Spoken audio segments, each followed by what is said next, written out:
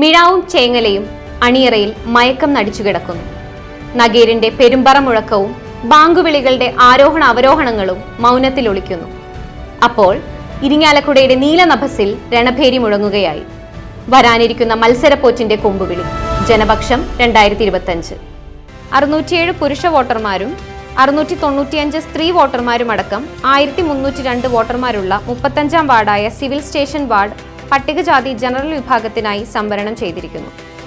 വടക്ക് കാരുകുളങ്ങര ചുങ്കൻ റോഡിൽ നിന്നും സിവിൽ ലൈൻ വഴി, കോട്ട് റോഡ് വഴി, പാടം വഴി കല്ലേരി തോട്, പൊർത്തിശ്ശേരി വില്ലേജ് അതിർത്തി വരെയും, കിഴക്ക് കല്ലേരി തോട് മുതൽ പാടം വഴി ആലുക്കൽ ഔസേപ്പ് വര പാടം വഴി 12പുര റോഡ് വഴി മുനിസിപ്പൽ അതിർത്തി വരെയും, തെക്ക് കാരുകുളങ്ങര അമ്പലം റോഡ് മുതൽ പുത്തരിക്കാട്ടിൽ റോഡ് വഴി തെക്കോട്ട് പാടം വഴി പൊർത്തിശ്ശേരി വില്ലേജ് അതിർത്തിയോട് ചേർന്ന് ചെമ്മണ്ട സിവിൽ സ്റ്റേഷൻ റോഡ് വരെയും, സിവിൽ സ്റ്റേഷൻ റോട്ടറി സ്തൂപം വഴി 12പുര റോഡ് വരെയും, പടിഞ്ഞാറ് കാരുകുളങ്ങര റോഡ് മുതൽ കാരുകുളങ്ങര കാട്ടൂർ ലിങ്ക് റോഡ് വഴി പുത്തിരിക്കാടൻ റോഡ് വഴി കാരുകുളങ്ങര പുതിയ നടപ്പാത വഴി കാരുകുളങ്ങര അമ്പലം വഴി കാട്ടൂർ റോഡ് വരെയുമാണ് അതിർത്തി.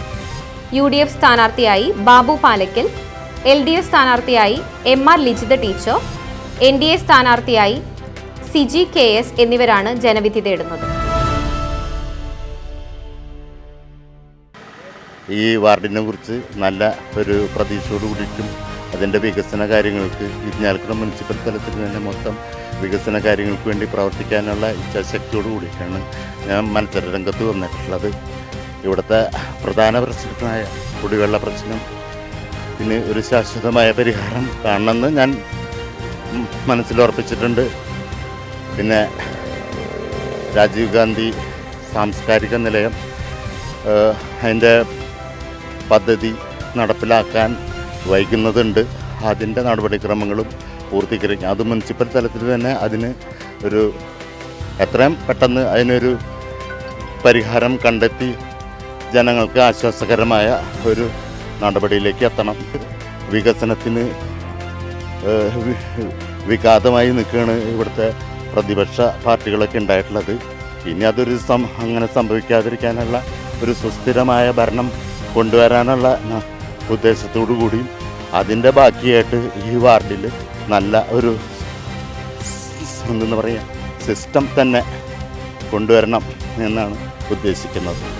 വാട്ടർ ഈ കുടിവെള്ള പ്രശ്നത്തിന് പിന്നെ പല കാരണങ്ങളെ കൊണ്ട് റോഡുകളിൽ ഒരു മോശം അവസ്ഥയൊക്കെ ഉണ്ട്. അതിന് ഏറ്റവും കൂടുതൽ പ്രാധാന്യം കൊടുക്കും. കഴിഞ്ഞ വർഷക്കാലത്ത് പണി പൂർത്തീകരിക്കാൻ കഴിയാത്ത പദ്ധതി ഉണ്ടെങ്കിൽ കൂടിയും പണി പൂർത്തീകരിക്കാൻ കഴിയാത്ത കുറേ റോഡുകളുണ്ട്. അതിൻ്റെ പണി പൂർത്തീകരിക്കും. പ്രധാനപ്പെട്ട വിഷയങ്ങളെന്ന് പറഞ്ഞു കഴിഞ്ഞാൽ കുടിവെള്ള പ്രശ്നമാണ് ഇവിടുത്തെ ഏറ്റവും വലിയ പ്രശ്നമായിട്ട് നിൽക്കുന്നത്. പിന്നെ ലൈറ്റുകൾ, പിന്നെ മാലിന്യ സംസ്കരണത്തിൻ്റെ കുറേ പ്രശ്നങ്ങളുണ്ട്. ഈ വാർഡിൽ മുഖ്യമായിട്ടും ഒരു ശവസംസ്കാരത്തിനുള്ളൊരു ഇതില്ല, ഇലക്ട്രിസിറ്റിയുടെ ഇല്ല. അപ്പോൾ മറ്റുള്ളവരെ സഹായിക്കുകയാണ് ചെയ്യണത്. അപ്പോൾ അതിനൊരു പോൻ വഴി വേണം. പിന്നെ റോഡുകളും കുണ്ടും കുഴിയായിട്ടൊക്കെ കിടക്കുന്നുണ്ട്. അപ്പോൾ അതിനൊരു പ്രതിനിധി നേടാനായിട്ട് എന്തായാലും ഭരണം നമുക്ക് കയ്യിൽ കിട്ടിയേ പറ്റുള്ളൂ. അപ്പോൾ അതാണ് കൂടുതലായിട്ട് ഈ വാർഡിലുള്ള പ്രശ്നങ്ങൾ. ഒരു ഭരണം ഉണ്ടായിട്ട് 10-25 വർഷമായി ഈ നഗരസഭ ഭരിച്ചിട്ട് ഈ ജനങ്ങൾ ബുദ്ധിമുട്ടല്ലാതെ യാതൊരുവിധ നേട്ടങ്ങളും ഇവിടുത്തെ ജനങ്ങൾക്ക് ഉണ്ടായിട്ടില്ല. അപ്പോൾ അതിനെതിരെ പ്രതികരിക്കാനും വേണ്ടിയിട്ടാണ് ഈ പ്രാവശ്യം എന്തായാലും ഇടതുമുന്നണി വരണമെന്നാണ് ഞങ്ങളുടെ ആഗ്രഹം. റോഡുകൾക്കായിരിക്കും ഏറ്റവും പ്രധാനപ്പെട്ട വിഷയം. കാരണം ഒരുപാട് പേര് ഇവിടെ റോഡിൽ കുണ്ടും കുഴിയായിട്ടും നമുക്ക് ബുദ്ധിമുട്ടുന്നുണ്ട് ജനങ്ങൾ. അപ്പോൾ പ്രയോറിറ്റി ഏറ്റവും കൂടുതൽ റോഡിനും കുടിവെള്ളത്തിനായിരിക്കും.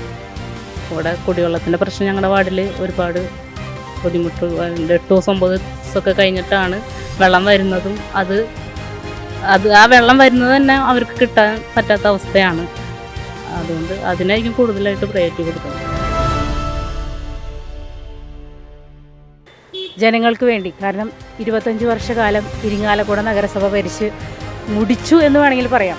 അങ്ങനെ ഭരിച്ചു മുടിച്ച UDF സർക്കാരിനെ അല്ലെങ്കിൽ UDF ഭരണസമിതിയെ ഇരിങ്ങാലക്കുടയുടെ മണ്ണിൽ നിന്നും തുടച്ചു നീക്കുക എന്നതാണ് ഞങ്ങൾ BJP ഏറ്റെടുക്കുന്ന ദൗത്യം. അത് ജനങ്ങൾക്ക് വേണ്ടിയാണ്. കാരണം ജനങ്ങൾക്ക് ഒരു ഉപകാരവും ഇല്ലാത്ത ജനങ്ങളുടെ വാക്ക് കേൾക്കാനും അത് മനസ്സിലാക്കാനും കഴിയാത്ത ഒരു ഭരണസമിതിയാണ് കഴിഞ്ഞ 25 വർഷക്കാലം ഇരിങ്ങാലക്കുട നഗരസഭ ഭരിച്ചു. ഇവിടുത്തെ അടിസ്ഥാന സൗകര്യ വികസനം എന്ന് വെച്ചാൽ റോഡുകൾ, ഗതാഗത സംവിധാനം താറുമാറായ അവസ്ഥയാണ്. ഒരു സാധാരണക്കാരന് ഒരു 2 വീലർ കൊണ്ടുപോലും ഈ റോട്ടിലേക്ക് ഇറങ്ങാൻ പറ്റാത്ത അവസ്ഥയിൽ നമ്മുടെ റോഡുകളെല്ലാം കുഴിയും കുണ്ടും നിറഞ്ഞ് നിരന്തരം ആളുകൾ വീഴുന്ന സാഹചര്യം ഉണ്ടായിട്ട് അത് ഭരണസമിതിയെ ബോധിപ്പിച്ചിട്ട് പോലും ഒരു ഈ പ്രദേശവാസി എന്ന നിലയിൽ പോലും നമ്മൾക്ക് കിട്ടിയത് അവഗണനയാണ്. കാരണം നമ്മുടെ ജനങ്ങളുടെ സ്വരം കേൾക്കാൻ മനസ്സില്ലാത്തൊരു ഭരണസമിതിയാണ് കഴിഞ്ഞ ഏകദേശം ഒരു 25 വർഷക്കാലം.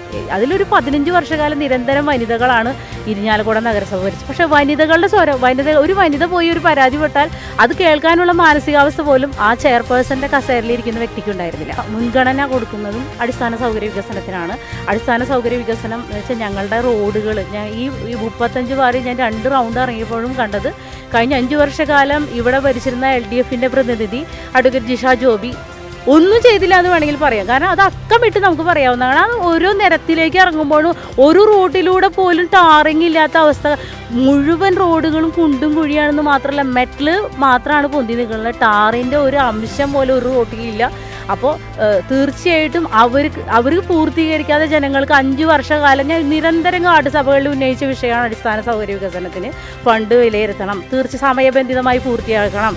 അമൃതം കുടിവെള്ള പദ്ധതിക്ക് വേണ്ടി റോഡ് വെട്ടിപ്പൊളിച്ച് ഇരിങ്ങാലക്കുട സ്പെഷ്യൽ സബ് ജയിലിൻ്റെ റോഡ് എന്ന് പറഞ്ഞാൽ ഞാൻ താമസിക്കുന്ന റോഡാണ്. 21 വീട്ടുകാരും സബ് ജയിലിലേക്ക് നിരന്തരം ആളുകൾ പോകുന്ന വഴിയിലൂടെ ഒരു മനുഷ്യന് നടക്കാൻ പറ്റാത്ത അവസ്ഥയാണ്. 2 വർഷത്തോളമായി അമൃതം പദ്ധതിക്ക് വേണ്ടി ആ റോഡ് പൊളിച്ചിട്ടിട്ട് അതിൻ്റെ മെയിൻ്റനൻസ് പ്രവൃത്തി 4 വാർഡ് സഭകളിൽ നിരന്തരം ഉന്നയിച്ചിട്ടും ഈ പറഞ്ഞ കൗൺസിലർ അത് മാനിച്ചില്ല. തീർച്ചയായും എന്നെ ഒരു പ്രതിനിധിയായി ഈ ജനം തിരഞ്ഞെടുക്കുകയാണെങ്കിൽ ആദ്യം ഈ നടപ്പിലാക്കാൻ പോകുന്ന പദ്ധതി എന്ന് പറയുന്നത് അടിസ്ഥാന സൗകര്യ വികസനമാണ്.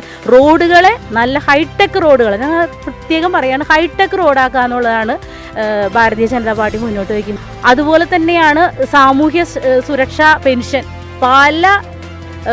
അർഹരായ പല ഗുണഭോക്താക്കൾക്കും പെൻഷൻ ലഭിക്കാത്തൊരു സാഹചര്യമായിട്ട് തീർച്ചയായും എല്ലാവർക്കും പെൻഷൻ ലഭിക്കുന്നതിന് വേണ്ടിയും പ്രവർത്തിക്കും. പിന്നെ അതുപോലെ തന്നെ ലൈഫിൻ്റെ വീട്, അതിൻ്റെ അവസ്ഥ വളരെ മോശമാണ്. പല വീടുകളും വീടാറായ വീടുകളാണ്. ആ വീടുകളൊക്കെ തന്നെ പുതിയ വീടുകൾ നിർമ്മിക്കുന്നതിന് വേണ്ടി, അതുപോലെ ഞാൻ പട്ടികജാതി വിഭാഗത്തിൻ്റെ പ്രതിനിധിയാണ്. അതുകൊണ്ട് പട്ടികജാതിക്കാർക്ക് കിട്ടുന്ന ആനുകൂല്യം സമയബന്ധിതമായി ആ വകുപ്പ് നടപ്പിലാക്കുന്നില്ല. അത് അത്യന്തം വേദന ഉണ്ടാക്കിയ ഒരു സംഭവമാണ്. ജനങ്ങൾക്ക് വേണ്ടി സംസാരിക്കുന്ന ജനങ്ങൾ തിരഞ്ഞെടുക്കപ്പെടുകയാണെങ്കിൽ അവർക്കൊപ്പം നിന്ന് അവർ പറയുന്ന വികസനങ്ങൾ മുൻനിർത്തിക്കൊണ്ട് നിന്നുകൊണ്ട് അവർക്കൊപ്പം നിന്ന് പ്രവർത്തിക്കാൻ ഞാൻ സദാ സന്നദ്ധയാണെന്ന്